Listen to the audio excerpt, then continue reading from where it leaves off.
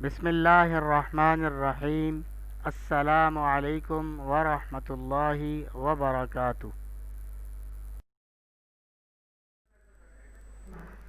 سبق نمبر 11 ہماری پڑھائی کے حساب سے، اور کتاب میں اس کا نمبر ہے 19۔ نام ہے دنیا اسلام۔ یہ ایک نظم ہے جس کے شاعر علامہ محمد اقبال ہیں۔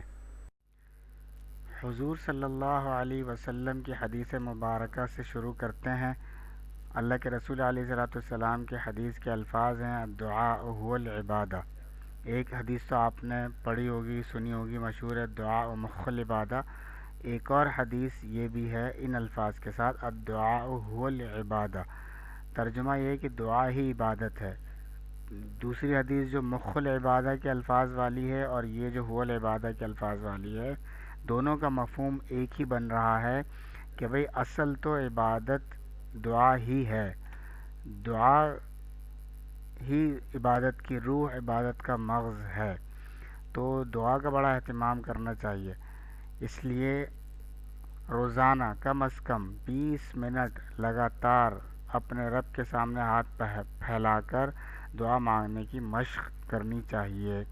بطور خاص یہ دعائیں مانگنی چاہیے: دنیا آخرت کی بھلائی، صحت و تندرستی اور عافیت و سلامتی، اسی طرح والدین، اساتذہ، رشتہ داروں، دوستوں اور تمام مسلمانوں پر اللہ تعالیٰ کے رحم کی دعا یہ ضرور کرنی چاہیے۔ اللہ تعالیٰ ہم سب کو عمل کی توفیق نصیب فرما دے۔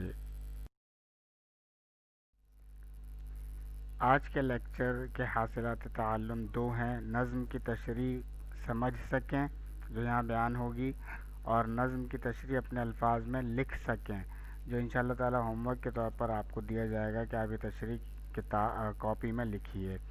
یہ 2 حاصلات تعلم ہیں۔ اس نظم کا چوتھا شعر اور حوالہ جات۔ شعر ہے: ربط و ضبط ملت بیضاء ہے مشرق کی نجات، ایشیا والے ہیں اس نکتے سے اب تک بے خبر۔ حوالہ شعر وہی ہے۔ یہ شعر علامہ اقبال کی نظم دنیا اسلام سے لیا گیا ہے، جو ان کے کلام کلیات اقبال سے ماخوذ ہے۔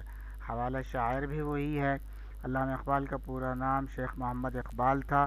وہ 1877 میں سیالکوٹ میں پیدا ہوئے۔ M A government college Lahore سے، بیرسٹری انگلستان سے کی، اور جرمنی کے ہائیڈلبرگ یونیورسٹی سے پی ایچ ڈی کی ڈگری لی۔ پھر لاہور میں سکونت اختیار کر کے بیرسٹری کا پیشہ اپنا لیا۔ آپ بیک وقت مغربی و مشرقی علوم کے جامع تھے۔ اقبال نہ صرف اچھے قانون دان، سیاستدان، صوفی، تحریک پاکستان کے سرگرم لیڈر تھے، بلکہ پاکستان کے قومی شاعر بھی ہیں۔ اقبال نے مسلمان کو مسلمان بننے اور خود کو پہچان کر عشق رسول صلی اللہ علیہ وسلم، یقین اور عمل کے راستے پر چلنے کا سبق دیا۔ چوتھے شعر کی تشریح دیکھ لیجیے۔ مذکورہ شعر میں شاعر مشرق علامہ اقبال مسلمانوں کے باہم محبت و تعلق کو بر صغیر کے مسلمانوں کی زبوں حالی اور تنزلی سے نجات کا سبب بتا رہے ہیں، اور فرما رہے ہیں کہ باہمی روابط اور تعلقات ہی مسلمانوں کی موجودہ صورتحال سے نجات اور ترقی کا ذریعہ ہیں۔ اقبال نے بطور خاص ایشیا کے مسلمانوں کو مخاطب کیا ہے اور یہ بات سمجھانے کی کوشش کی ہے کہ اہل عرب نے جس طرح آپ صلی اللہ علیہ وسلم کی تعلیمات کو سمجھا اور اس پر عمل کر کے باہم شیر و شکر ہو گئے اور دنیا میں ایک انقلاب برپا کر دیا، اللہ تعالیٰ نے بھی رسول صلی اللہ علیہ وسلم کے صحابہ رضی اللہ عنہم کی یہی خوبی بتائی ہے کہ وہ آپس میں نرم دل ہیں۔ لہٰذا آج کا مسلمان اپنے زوال کا رونا تو رو رہا ہے، لیکن یہ بات نہیں سمجھ پا رہا ہے کہ ہمارے زوال کا سبب دین سے دوری اور نا اتفاقی ہے۔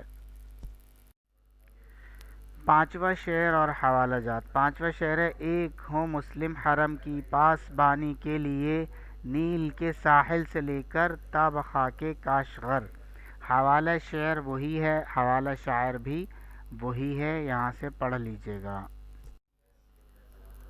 پانچویں شعر کی تشریح دیکھ لیجئے۔ مذکورہ شعر میں شاعر مشرق علامہ اقبال مسلمانوں کے انتشار اور بے حسی کو دیکھ کر اس خواہش کا اظہار کر رہے ہیں کہ کاش مسلمانوں کی یہ بے حسی ختم ہو جائے اور امت مسلمہ اس جسم کی مانند ہو جائے جس جسم کے کسی بھی عضو کی تکلیف پر پورا جسم بے چین اور پریشان ہو جاتا ہے۔ اقبال امت کو اس عمارت کی طرح دیکھنا چاہتے ہیں کہ جس کی ہر اینٹ دوسری کو مضبوط کرتی ہے۔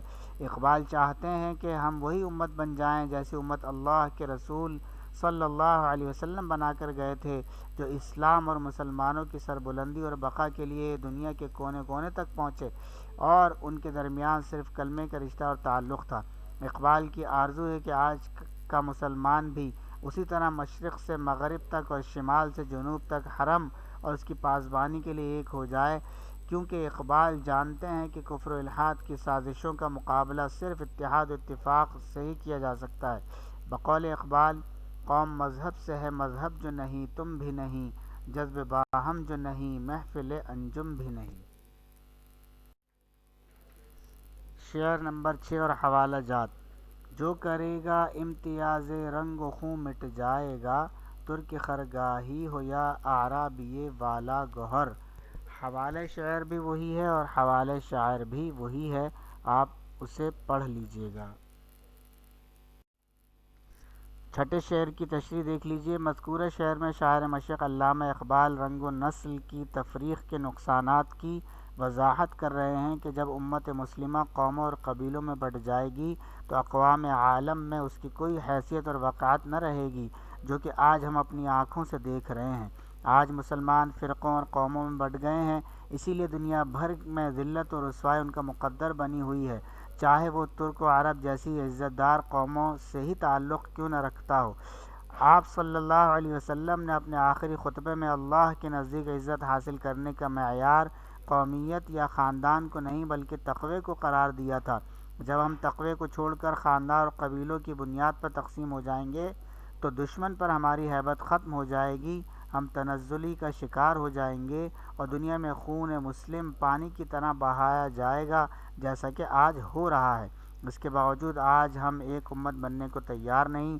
جب تک ہم ایک امت نہیں بنیں گے، دنیا میں غالب آنے کا خواب صرف خواب ہی رہے گا۔ شعر نمبر 7 اور حوالہ جات۔ نسل اگر مسلم کی مذہب پر مقدم ہو گئی، اڑ گیا دنیا سے تو مانند خاک رہ گزر۔ حوالہ شعر بھی وہی ہے اور حوالہ شاعر بھی وہی ہے۔ شعر نمبر 7 کی تشریح۔ مذکورہ شعر میں شاعر مشرق علامہ اقبال قومیت کے رنگ میں رنگے مسلمانوں کو مخاطب کر کے کہہ رہے ہیں کہ آج تمہاری نظروں میں قوم و قبیلہ مقدم ہے اور تم اپنی برتری کا معیار قومیت کو سمجھتے ہو۔ مسلمان ہونا تمہارے لیے کوئی قابل فخر بات نہیں، جبکہ اصل میں مسلمان ہونا ہی ہمارے لیے باعث افتخار ہے۔ آج اگر تمہاری قوم کی عزت پر بات آ جائے تو تم کٹ مرنے کو تیار ہو جاتے ہو، لیکن بطور مسلم امت تمہیں اس بات سے کوئی سروکار نہیں کہ امت کو گاجر مولی کی طرح کاٹا جا رہا ہے اور مسلمانوں کی نہ جان محفوظ ہے نہ ہی عزت، کیونکہ تمہارے لیے تمہاری قوم اور قبیلہ سب کچھ ہے۔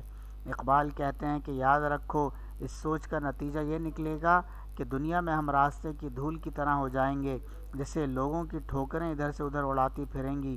اس دھول مٹی کی کوئی وقعت و اہمیت نہیں رہتی، اس لیے ہوش کے ناخن لو اور اللہ کی رسی کو مضبوطی سے تھام لو، کیونکہ اللہ بھی اس قوم کی حالت نہیں بدلتا جس کو خود اپنی حالت بدلنے کا ہوش نہ ہو۔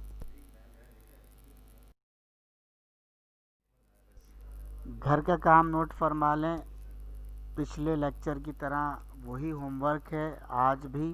نظم کے نشار کی تشریح بھی اپنے الفاظ میں کاپی میں لکھیے۔ اس سے ایک فائدہ تو آپ کو یہ حاصل ہوگا کہ یہ تشریح آپ کے پاس بھی محفوظ رہے گی، دوسرا آپ کی لکھائی بہتر ہوگی انشاءاللہ، اور تیسرے نمبر پر یہ تشریح ذہن میں بھی بیٹھے گی کہ اگر رٹا نہ بھی لگایا تو کچھ نہ کچھ ہمارے ذہن میں موجود ہوگا، اور چوتھا فائدہ یہ ہوگا کہ اپنے الفاظ میں لکھنے کی مشق بھی ہماری ہو جائے گی۔ امید ہے آپ ان باتوں پر عمل کریں گے۔ اللہ تعالی ہم سب کو توفیق نصیب فرمائے۔